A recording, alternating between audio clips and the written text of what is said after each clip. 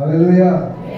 ఎన్నో శ్రమలకు ఓర్చుకుంటూ ఎన్ని రోజులకు వచ్చినటువంటి నిందలు అవమానాలు అన్ని తట్టుకుంటూ మెట్లుగా చేసి పైకి వెళ్ళినటువంటి గొప్ప సేవకుడు. హల్లెలూయా. తప్పకుండా మార్పేటండి.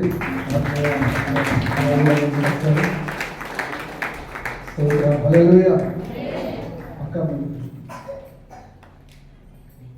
అయ్యా ముందుకు వస్తుంటే చెప్పలు కూడా అందరం.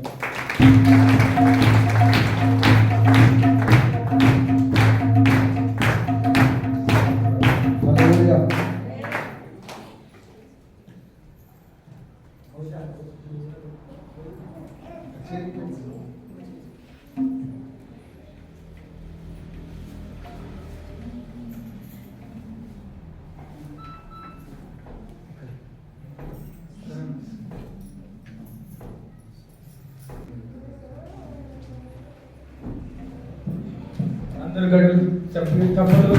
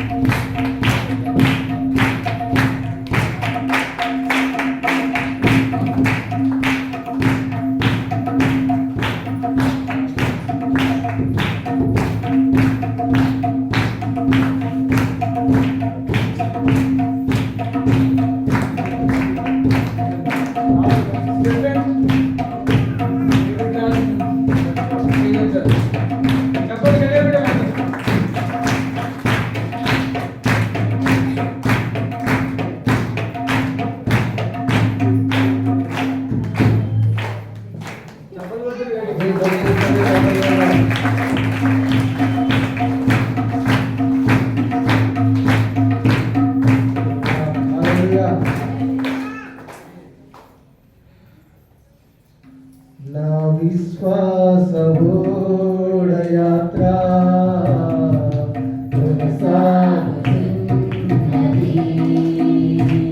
నా విశ్వాస యాత్ర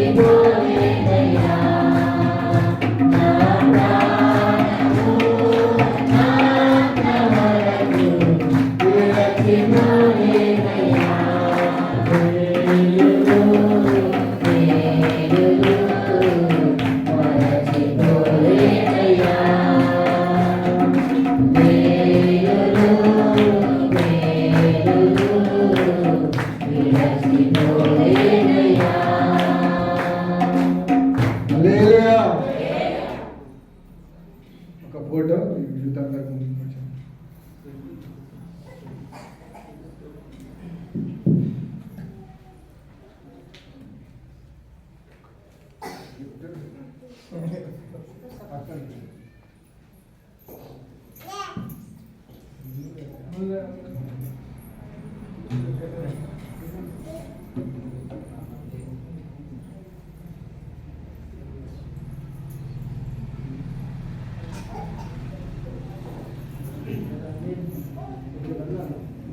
ఫ్యాన్ అయితే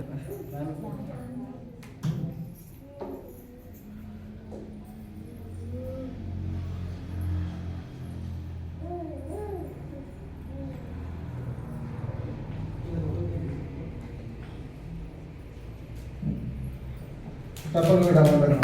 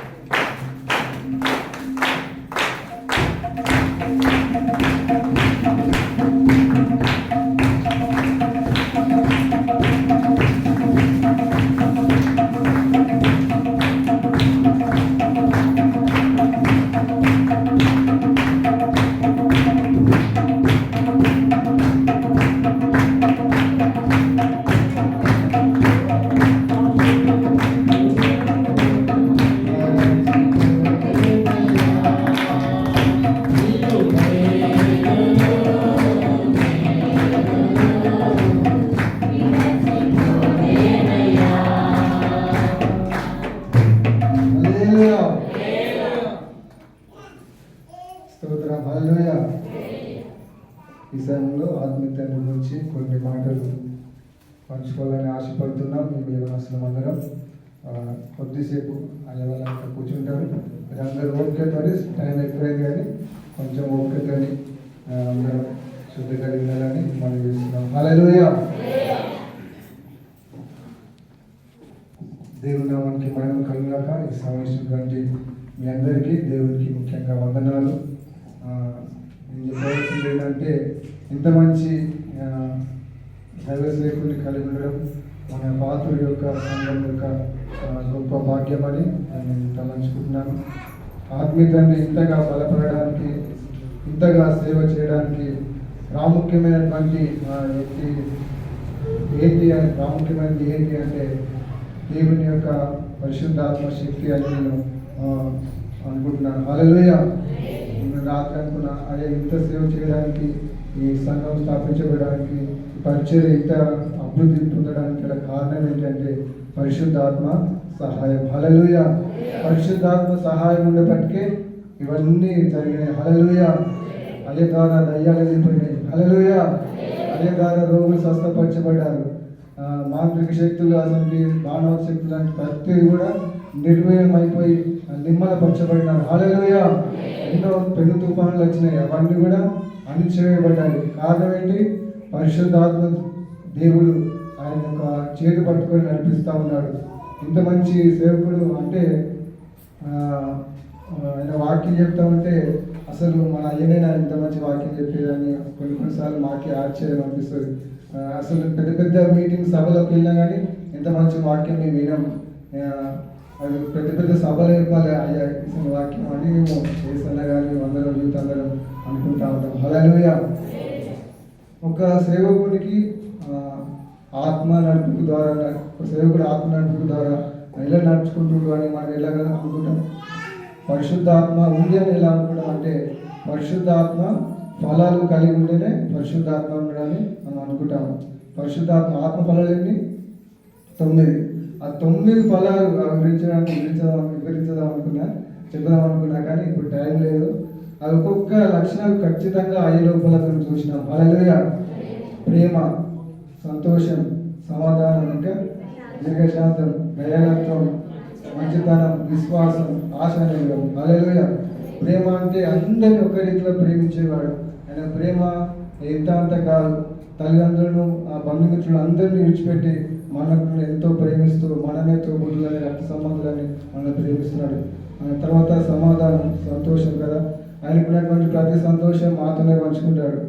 అందరితో సమాధానం పడతాడు. సమాధానం అంటే ఏంటంటే ఎవరితోనన్నా కొంచెం మిస్టాండర్స్ అయినా కానీ ఒక్కోసారి మనం బెదిరిస్తాడు.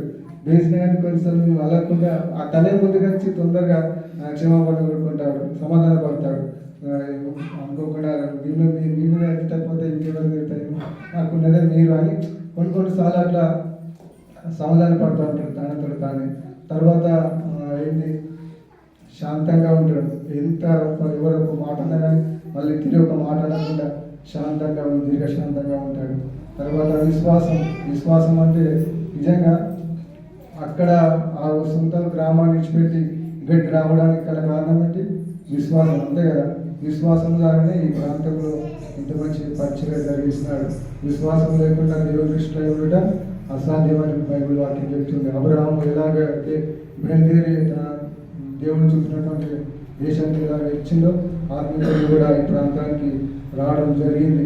అబ్రహాంకు ఉన్నటువంటి పిలుపు, తర్వాత యోసేపుకు ఉన్నటువంటి పిలుపు, తర్వాత ఇంతవరకు వాక్యం చదివినట్లుగా ఇర్మియా ప్రవక్త ఎలాగైతే చిన్నతనంలోనే అభిషేకింపబడినాడు, అదేవిధంగా మా ఆత్మీయతలో చిన్న వయసులోనే అభిషేకింపబడి ఎంత గొప్ప పరిచయం చేసినాడు. హల్లెలూయా, హల్లెలూయా, దేవునికి మహిమ కలుగాక. ఇంకా పౌలు వలె తనకున్నటువంటి తన ఇంటి ఆస్తిని సమస్తమును పెట్టెతో సమానంగా ఎంచుకొని అక్కడ ఏది కూడా ఆశించకుండా, ఎలాంటి డబ్బు కానీ భూమి కానీ ఏది ఆశించకుండా అంత వదిలిపెట్టేసి దేవుని కోసం సమస్తం విడిచిపెట్టి ఒక గొప్ప సేవకుడిగా ఈ ప్రాంతానికి రావడం జరిగింది. హల్లెలూయా. మన ఆత్మీయత గురించి ఇంకా ఎంత చెప్పినా కానీ చాలా తక్కువనే. హల్లెలూయా. దేవుడు ఇంకా తనకు మంచి ఆరోగ్యం ఇవ్వాలి, ఇంకా మంచి పరిచర్య జరిగించాలి. ఈ ప్రాంతంలో కాకుండా ఇంకా అనేక ప్రాంతాల్లో ఇంకా సేవలు, బైబిల్ వాక్యం కానీ ఇంకా పరిచర్యలకు గొప్పగా వాడాలని మా కోరిక. మీ అందరి సహకారం ఇంకా ప్రార్థించాం. ఇంత మంచి దైవ సేవకుని మనం పొందుకున్నాం కాబట్టి ఇంకా మనము సంఘంలో ఇంకా బలమైన కార్యాలు జరుపుకుంటూ ఇలాంటి సెలబ్రేషన్ ఎన్నో చేసుకోవడానికి దేవుడే కృప చూపి మా అందరినీ దీవించును గాక.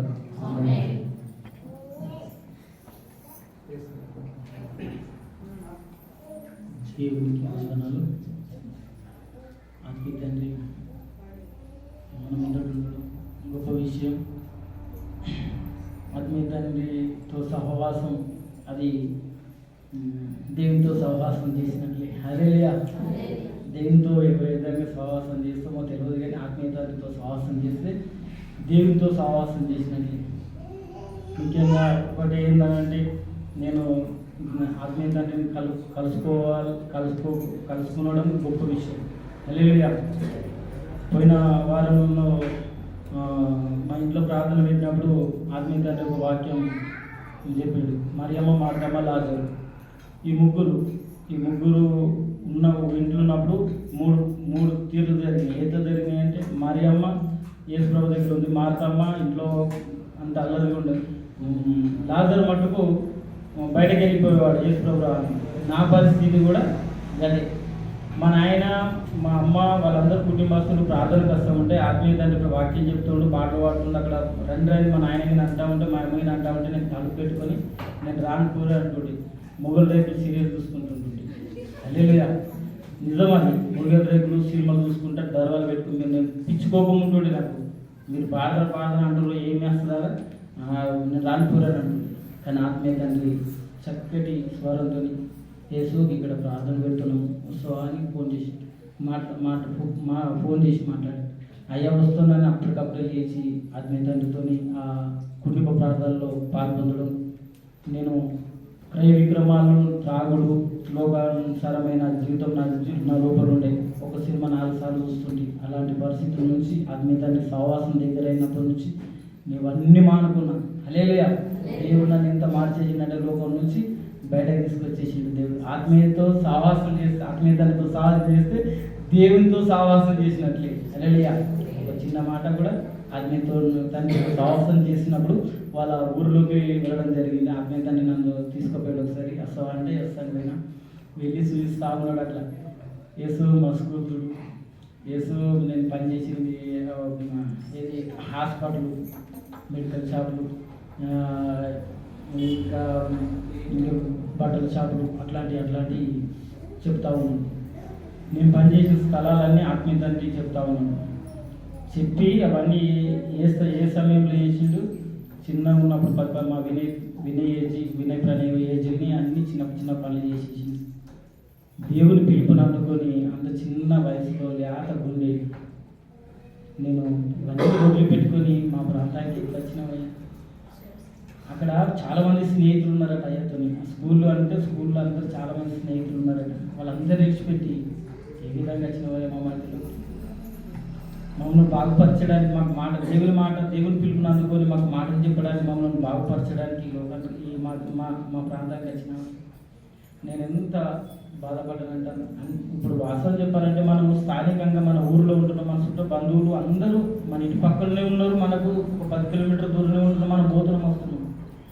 ఆత్మీయ తండ్రి అబ్రాహామును పిలిచిన పిలుపునందుకున్న అబ్రాహాము ఏ విధంగా తన ఇంటిని, తన కుటుంబాలను, తన బంధుమిత్రులను అందరినీ వదిలిపెట్టి ఏ విధంగా బయలుదేరిండో ఆత్మీయ తండ్రి కూడా ఆ విధంగా ఆ ప్రాంతాన్ని అంతా విడిచిపెట్టి, రక్త సంబంధాలను అంతా విడిచిపెట్టి మన మధ్యలోకి వచ్చి అతని ద్వారా గొప్ప గొప్ప కార్యాలు చేయడం నేను కళ్ళారా చూసి, అతను ఆత్మీయ తండ్రి మన ప్రాంతానికి అడుగుపెట్టినప్పటి నుంచి, మన ఊర్లో అడుగుపెట్టినప్పటి నుంచి గొప్ప గొప్ప కార్యాలు చేసి, హల్లెలూయా, మన కుటుంబంలో నా జీవితంలో అయితే గొప్ప కార్యం చేసి ఆత్మీయ తండ్రి ఇంకను అబ్రాహాము వాళ్ళే పిలుపునందుకొని వచ్చిన ఆత్మీయ తండ్రి యోసేపు వలె శ్రమల నుండి యోసేపు ఒక రోజున ఘనతగా కొంతమందికి ఆహారంగా పంచేవాడిగా ఉన్నట్లుగా ఆత్మీయ తండ్రి కూడా కొన్ని వేల మందికి వాక్యం ప్రకటించబడినట్లు దేవుడు ఆశీర్వదించాలి. దేవుడు ఆత్మీయ తండ్రి ఆరోగ్యంగా ఉండాలి.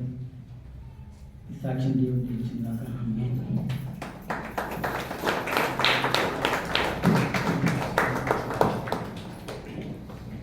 దేవుని నమ్మనికి భయమాతలుగా ప్రియులరా, సమయం ఇచ్చిన ఆత్మీయ తండ్రి గారికి మీ అందరికీ నా యొక్క వందనాలు తెలియజేస్తున్నాను.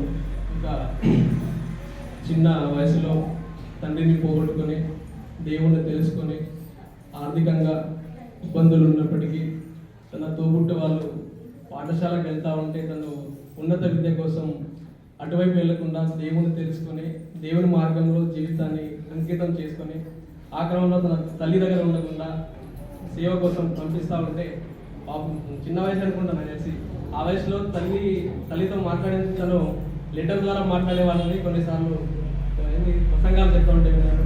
ఆ తల్లి కూడా అటు భర్త లేడు, ఇటు కన్న కొడుకు లేడు అని చెప్పేసి ఆ దూరంలో ఎంత పని చేసుకుంటూ ఉంది. అంటే వీళ్ళంతా ఏం చేస్తారంటే దేవుని సువార్త కోసం పని చేస్తూ ఉన్నారు. తన యవ్వన ప్రాయంలో తన లెక్క ఉన్నటువంటి వాళ్ళు భీమకల్ ప్రాంతంలో చాలా మంది విదేశాలకు వెళ్తారు. వాళ్ళు బాగా డబ్బులు సంపాదించి విలాసవంతమైన వస్తువులు కొనుక్కొని ఆ రకంగా ఉండే వాళ్ళను చూసి కూడా తనకు ఆ రకంగా ఆకర్షణకు లోను కాకుండా దేవుని కోసం దేవుని పిలుపుకు లోబడి సంవత్సరాల తరబడి ఊరుగాని ఊరికి వచ్చి చిన్న వయసులో 10th క్లాస్ అయిన తర్వాత రావడం అంటే దాదాపు 15 సంవత్సరాలు పైబడి ఉండొచ్చు.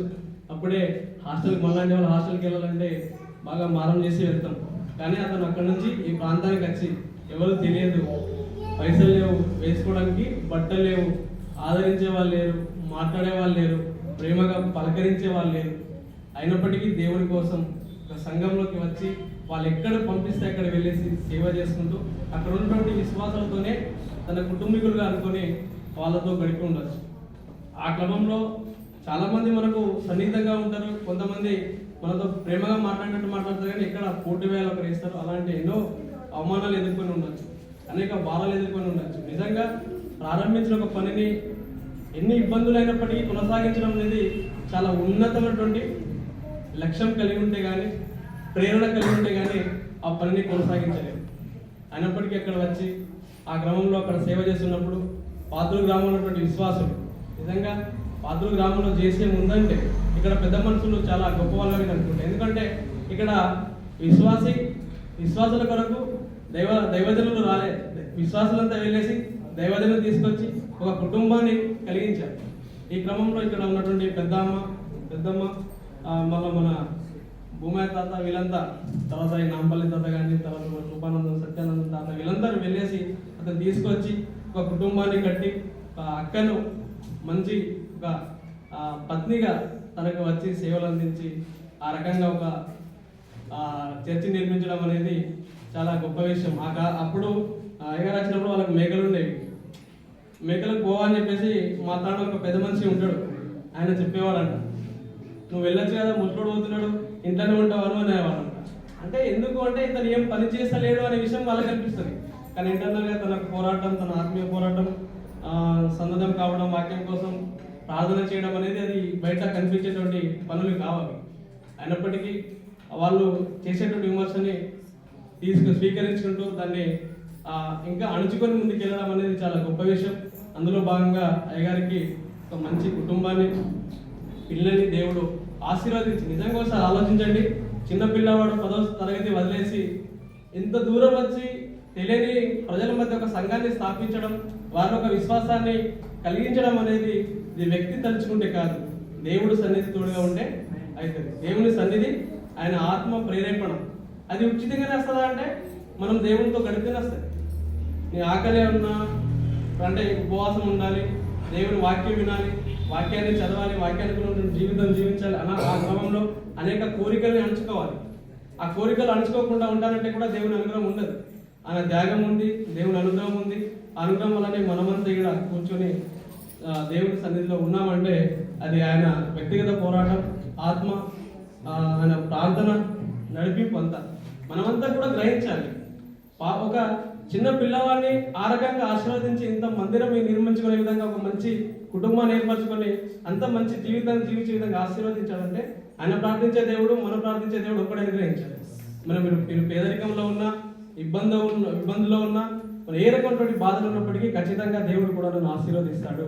ఈ ఆశీర్వాదానికి సమయము 10 సంవత్సరాలు, 5 నెలలు, 10 రోజులు, వారం 10 రోజులు కాదు, 25 సంవత్సరాలు ఆత్మీయ పోరాటానికి 25 సంవత్సరాలు పోరాటం చేస్తే ఈ రకంగాటువంటి ఆశీర్వాదం అని కనిపించింది. అంటే 25 సంవత్సరాలు అంటే చిన్న సమయం కాదని, చాలా పెద్ద సమయం అది.